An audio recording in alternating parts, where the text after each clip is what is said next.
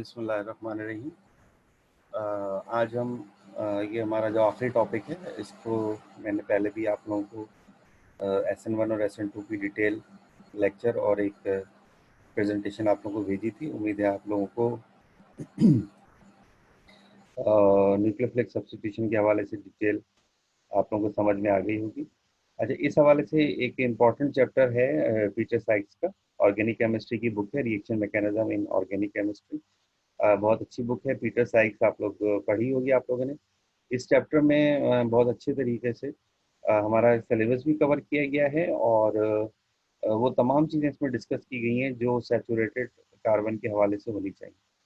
तो मैं इस चैप्टर को थोड़ा ब्रीफली डिस्कस कर रहा हूँ ताकि हम इसको देख सकें और कि किस तरह से न्यूक्लियोफिलिक सब्स्टिट्यूशन होता है, और इसके अंदर बहुत अच्छी एग्जांपल्स दी गई हैं कि किस तरह से जो रेट ऑफ रिएक्शन है वो SN1 में बढ़ता है और कम होता है, SN2 में बढ़ता है और कम होता है। ठीक है, तो इसको हम स्टार्ट करते हैं।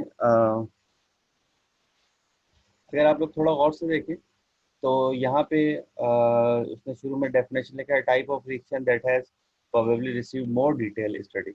यानी कह रहे हैं कि जो ये सब्स्टिट्यूशन रिएक्शन ऐसे टाइप है जिसको बहुत ज़्यादा स्टडी किया गया है, और इसकी वजह यह है कि एक साइंटिस्ट है इनगोल्ड, और उसका एक रिसर्च स्कूल था जिसने इस पर न्यूक्लियोफिलिक सब्स्टिट्यूशन पर बहुत ज़्यादा रिसर्च की, और उस हवाले से फिर उसने डिटेल अपनी शाया भी की हैं, पब्लिश भी हुए हैं। तो बहुत सारे पेपर्स हैं जो इनगोल्ड ने इस हवाले से शाया किए हैं।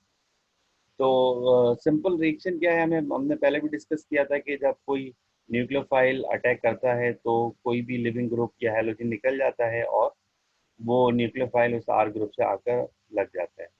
अब हमने इसको डिस्कस किया था SN1 और SN2 के हवाले से कि यहाँ पर जैसे दो पॉसिबिलिटीज हैं कि रेट ऑफ रिएक्शन या तो बायोमोलिकुलर होगा या rate of reaction single molecular होगा। यानी या तो SN1 रिएक्शन हो रहा होगा या SN2 रिएक्शन हो रहा होगा। तो ये दो चीज़ें हम पहले डिस्कस कर चुके हैं। अच्छा, अब हम इसको थोड़ा सा देखते हैं कि SN1 और SN2 के हवाले से, जैसे यहाँ पर आपके सामने एग्जाम्पल दी हुई है। SN2 की एग्जाम्पल दी हुई है। हमारे पास मिथाइल ब्रोमाइड है। मिथाइल ब्रोमाइड को OH नेगेटिव या यूँ कह लीजिए कि हाइड्रोक्सिल ग्रुप ने अटैक किया, और ब्रोमीन जो है वो बाहर निकल गया और OH ग्रुप उसकी तरफ आ गया। तो ये एग्जाम्पल है SN2 की। और इसी तरह अगर हम नीचे देखें तो नीचे जो है वो SN1 की एग्जाम्पल दी गई है कि जब हमारे पास टर्शरी अल्काइल हैलाइड्स होते हैं तो सॉल्वेंट की मौजूदगी में एक स्लो रिएक्शन होता है जिसमें हैलोजन या यूं कह लीजिए क्लोरीन और कार्बन, इसका बॉन्ड ब्रेक हो जाता है और एक आयन पेयर बन जाता है। यानी कार्बन पर पॉजिटिव चार्ज आ गया और क्लोरीन पर नेगेटिव। अब आपको पता है कि टर्शरी कार्बोकैटाइन जो है वो ज़्यादा स्टेबल होते हैं, इस वजह से ये कार्बोकैटाइन बना और क्लोरीन इसके साथ एक फोर्स ऑफ अट्रैक्शन में आ जाता है। अब नेक्स्ट क्या हुआ कि जो न्यूक्लियोफाइल या जो OH नेगेटिव है, जब उसने अटैक किया तो OH ने, आपको पता है कि किसी भी साइड, अब चूंकि ये प्लानर हो गया तो OH फ्रंट या बैक किसी भी तरफ से अटैक करेगा और हमें दोनों प्रोडक्ट्स मिल जाएंगी। तो यहाँ पर उसने ये दिखाया कि OH ने अटैक किया, ये ग्रुप मिल गया हमें। और अगर वाटर एज अ सॉल्वेंट हम यूज़ कर रहे हैं तो वाटर OH H2O की सूरत में अटैक करेगा, OH2 लगेगा और फिर H माइनस निकल जाएगा और हमें प्रोडक्ट हासिल हो जाएगी। तो ये SN1 है जिसमें कुछ प्रोडक्ट जो हैं उसको हम देख रहे हैं कि उसकी कॉन्फ़िगरेशन चेंज हुई और कुछ प्रोडक्ट्स की कॉन्फ़िगरेशन चेंज नहीं हुई। और ये हमने पहले भी पढ़ा था कि SN1 में जब रिएक्शन होता है तो SN1 में रेसिमाइजेशन होती है, यानी आधा मॉलिक्यूल की कॉन्फ़िगरेशन चेंज हो जाती है और आधे मॉलिक्यूल की कॉन्फ़िगरेशन चेंज नहीं होती। तो ये यहाँ पर दोनों रिएक्शन इस जगह पर बताए हुए हैं कि न्यूक्लियोफिलिक सब्स्टिट्यूशन ऊपर SN2 और नीचे SN1। अच्छा, अब यहाँ पर उसने इसको थोड़ा सा डिटेल इसकी मौजूद है, जो यहाँ पर रिएक्शन हो रहा है इस सबको उसने बारी बारी डिस्कस किया है सब चीज़ें से, कि जो SN2 है वो सिंगल स्टेप है और SN1 जो है वो डबल स्टेप है। अच्छा, अब यहाँ पर एक चीज़ आपके सामने आ रही है कि थर्ड ऑर्डर रिएक्शन और सेकंड ऑर्डर। अब आपको पता है कि ऑर्डर ऑफ रिएक्शन हम कैसे निकालते हैं कि जितने मॉलिक्यूल रेट ऑफ रिएक्शन में इन्वॉल्व हो रहे होते हैं तो उसके हिसाब से हम ऑर्डर ऑफ रिएक्शन निकालते हैं। कि अगर एक मॉलिक्यूल पे रेट डिपेंड कर रहा है तो रेट ऑफ रिएक्शन 1 है, अगर दो पर है तो इसी तरह 2 है। इसी तरह आपको होता है जैसे जीरो ऑर्डर रिएक्शन है, जैसे कि HCl और मीथेन गैस का रिएक्शन होता है, उसको हम जीरो ऑर्डर रिएक्शन कहते हैं कि वो लाइट की मौजूदगी के बगैर नहीं हो सकता। जब हम रोशनी डालते हैं तब रिएक्शन होता है, अदरवाइज रिएक्शन नहीं होता। तो ये एक चीज़ आपको मालूम होनी चाहिए कि फर्स्ट ऑर्डर रिएक्शन क्या है, सेकंड ऑर्डर क्या है, थर्ड ऑर्डर क्या है। आप लोग फिजिकल केमिस्ट्री में पढ़ चुके हैं।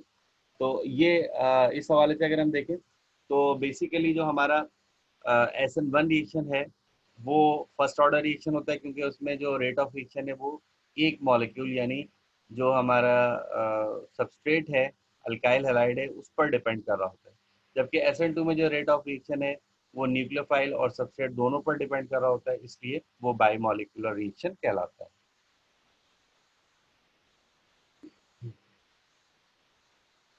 अच्छा, ये यहाँ पर उसने इसको दोबारा ये यही डिटेल कि रेट हैलोजन और वाटर, और जबकि रेट सिर्फ हैलोजन पर डिपेंड करे। तो आप लोग इसको पढ़ेंगे तो ये सारे डिटेल इसके अंदर दी हुई है।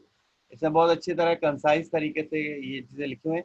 थोड़ा सा देखें, अगर आपको समझ में नहीं आता तो आप थोड़ा थोड़ा पैराग्राफ को पढ़ के ज़रा कॉन्सेप्ट बनाएं, तो इंशाल्लाह आप लोग को ये चीज़ समझ में भी आना शुरू हो जाएगी। अच्छा, अब जो दूसरी इंपॉर्टेंट चीज़ है वो है इफेक्ट ऑफ सॉल्वेंट।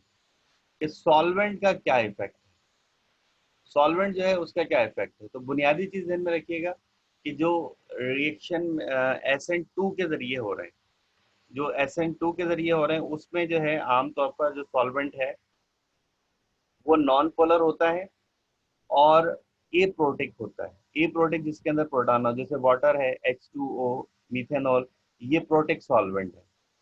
ठीक है। ये प्रोटिक सॉल्वेंट कौन कौन से हैं, जैसे CCl4 है, नॉन पोलर है और उसके अंदर हाइड्रोजन नहीं है, तो CCl4 है। इसी तरह DMSO है, और अभी हम देखेंगे डाईमिथाइल फॉर्माइड है। तो ये इस तरह के सॉल्वेंट हैं जिसके अंदर हाइड्रोजन एज अ सॉल्वोलाइसिस के लिए मौजूद नहीं है, लेकिन वाटर है, मीथेनॉल है, ठीक है, और इस तरह के जो सॉल्वेंट है जिनके अंदर OH मौजूद है, तो वहाँ पर जो हाइड्रोजन है वो सॉल्वोलाइसिस के लिए मौजूद होता है।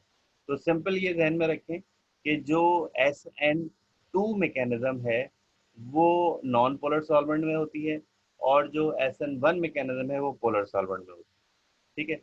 अच्छा, अब जो सॉल्वेंट है वो जैसे जैसे हम अ, देखें आगे अगर हम आए तो यहाँ पर उसने एक एग्जांपल दी हुई है सिंपल SN2 के हवाले से कि जब न्यूक्लियोफाइल अटैक करता है तो ट्रांजिशन स्टेट बनती है एंड देन हमें ये प्रोडक्ट मिल जाती है। अच्छा, अब यहाँ उसने इसको थोड़ा सा डिस्कस किया है कि हमारे पास एक लिखा है कि the primary halide methyl iodide with N3 at 0 degree centigrade increase 4.5 10 raised to the power 4 on transfer of from methanol to NN dimethyl formide। अच्छा, अब देखिए उसने यहाँ पर एक रिएक्शन का जिक्र किया है कि मिथाइल आयोडाइड, आपको पता है प्राइमरी अल्काइलाइड होगा मिथाइल आयोडाइड, और इसको हम अटैक करा रहे हैं N3 के साथ, N3 अजाइड आइन के साथ हम अटैक करा रहे हैं। तो उसने कहा कि अगर हम मिथेनॉल लें, मिथेनॉल जो कि एक पोलर सॉल्वेंट है, ठीक है, उसका जो एप्सिलॉन है या जो उसकी पोलैरिटी है वो 33, एप्सिलॉन की वैल्यू 33 है। और इसी तरह एक हमारे पास सॉल्वेंट है NN di methyl methane amide, या यूँ कह लीजिए डाई मिथाइल फॉर्माइड, DMF, उसका फॉर्मूला भी दिया हुआ है HCONH2। अच्छा, इसकी पोलैरिटी ज़्यादा फर्क नहीं है, इसकी पोलैरिटी या यूँ कह लीजिए एप्सिलॉन की वैल्यू DMF की वैल्यू 37 है, और जो मीथेनॉल है उसकी पोलैरिटी 33 है। तो मीथेनॉल की पोलैरिटी कम है और DMF की पोलैरिटी थोड़ी सी ज़्यादा है, लेकिन तकरीबन बराबर हम इसको तस्वुर करते हैं। तो उसने कहा है कि मीथेनॉल में ये वाला जो रिएक्शन है, प्राइमरी का रिएक्शन मीथेनॉल में स्लो हो रहा है, लेकिन जैसे ही हमने दूसरा सॉल्वेंट लिया, पोलैरिटी हालांकि थोड़ी सी ज़्यादा है लेकिन रेट ऑफ रिएक्शन बढ़ गया। वजह क्या है कि ये जो HCO वाला ग्रुप लगा हुआ है इसमें OH कहीं पर नहीं है, यानी ये ए प्रोटिक सॉल्वेंट है। ठीक है, यानी अगर कोई सॉल्वेंट पोलर हो और वो ए प्रोटिक हो तो उसमें SN2 रिएक्शन अच्छी तेजी के साथ हो जाता है। तो याद रखिएगा कि अगर कोई सॉल्वेंट पोलर है और वो ए प्रोटिक है तब भी उसके अंदर SN2 रिएक्शन बहुत आसानी के साथ वो पजीर होगा। इसी तरह उसने बात की है DMSO डाइमिथाइल सल्फोक्साइड की, कि जो डाइमिथाइल सल्फोक्साइड, अब पोलरिटी देखें और बढ़ गई, जैसे जैसे एप्सिलॉन की वैल्यू बढ़ेगी वैसे वैसे पोलरिटी बढ़ती जाएगी, ठीक है। लेकिन उसमें एक जो प्रोटेक वाला पोर्शन है कि OH यानी OH का मौजूद होना वो इम्पॉर्टेंट है। तो प्रोटिक और ए प्रोटिक सॉल्वेंट, इसका थोड़ा ध्यान रखिएगा कि अगर, दोबारा मैं रिपीट कर रहा हूँ, अगर कोई सॉल्वेंट नॉन पोलर है और वो ए प्रोटिक है तो उसके अंदर SN2 रिएक्शन बहुत तेजी के साथ होगा और उसमें मोस्ट फेवरेबल होगा। अगर कोई सॉल्वेंट नॉन पोलर है, ठीक है, दोबारा मैं रिपीट कर रहा हूँ, अगर कोई सॉल्वेंट नॉन पोलर है और ए प्रोटिक है तो SN2 रिएक्शन तेजी के साथ होगा, ठीक है। अगर कोई सॉल्वेंट, जैसे यहाँ पर मैंने देखा कि ये पोलैरिटी ज़्यादा थी, DMSO की या DMF की पोलैरिटी ज़्यादा थी, लेकिन ये ए प्रोटेक्ट सॉल्वेंट है, तो जो ए प्रोटेक्ट सॉल्वेंट है उसके अंदर SN2 तेजी के साथ होगा। वजह क्या है कि जो प्रोटेक्ट सॉल्वेंट होते हैं वो सॉल्वोलाइसिस कर लेते हैं। सॉल्वोलाइसिस क्या है, जैसा कि हमने पीछे देखा कि वाटर है, मीथेनॉल है, जब हम इसमें कोई भी कंपाउंड डालते हैं, ठीक है, तो ये उसे दो पार्ट्स में तोड़ देता है। कार्बोकेटाइन सी पॉजिटिव अलग हो जाता है और अगर उस पर कोई हेलोजन Cl या कुछ और लगा हुआ है तो वो नेगेटिव हालत में अलग हो जाता है। तो मीथेनॉल और वाटर जो प्रोटिक सॉल्वेंट्स हैं उनके अंदर जब भी हम कोई सबस्ट्रेट डालेंगे तो वो बॉन्ड को ब्रेक कर देगा और बॉन्ड को ब्रेक करने के बाद सॉल्वोलाइसिस हो जाएगी और जो मैकेनिज्म है वो SN1 की तरफ चली जाएगी। याद रखिएगा, जब भी हमारे पास कोई ऐसा सॉल्वेंट है कि वो पोलर है और वो ए उसके अंदर यानी प्रोटॉन मौजूद है, प्रोटिक सॉल्वेंट है, तो अल्काइल हैलाइड जैसे ही हम उसमें डालेंगे अल्काइल हैलाइड दो पार्ट में टूट जाएगा, कार्बोकेटाइन अलग हो जाएगा और हैलोजन नेगेटिव हालत में अलग हो जाएगा। जैसे ही ये दोनों चीज़ें अलग होंगी तो हमारे पास SN1 मैकेनिज्म स्टार्ट हो जाएगी। इस चीज़ को हमने ध्यान में रखना है। तो जो सॉल्वेंट का इफेक्ट है, उम्मीद है आपको समझ में आएगा। इन पेज को 4.2 जो इफेक्ट ऑफ सॉल्वेंट है आप इसको पढ़ें, इससे आपको चीज़ और क्लैरिफाई हो जाएगी कि किस तरह से जो सॉल्वेंट है वो SN1 और SN2 पर असरअंदाज हो जाता है। बुनियादी चीज़ ध्यान में रखिएगा कि नॉन पोलर सॉल्वेंट में SN2 होता है और पोलर सॉल्वेंट में SN1 होता है। वजह क्या होती है कि जो पोलर सॉल्वेंट है जब हम उसमें कोई कंपाउंड डालेंगे, कोई अल्काइल हैलाइड डालेंगे, तो पोलर सॉल्वेंट में जाते ही अल्काइल हैलाइड दो हिस्सों में टूट जाएगा, कार्बन पॉजिटिव और हेलोजन नेगेटिव हालत में। और जैसे ही ये आइन पेयर बनेगा, ये चीज़ बनेगी, फौरन SN1 मैकेनिज्म स्टार्ट हो जाएगी। अच्छा, तो चले मैं इसको यहाँ ख़त्म करता हूँ और अगला जो टॉपिक है वो मैं थोड़ा डिटेल के साथ मैंने डिस्कस करना है, उसके लिए मैं अलग से दूसरी रिकॉर्डिंग करता हूँ।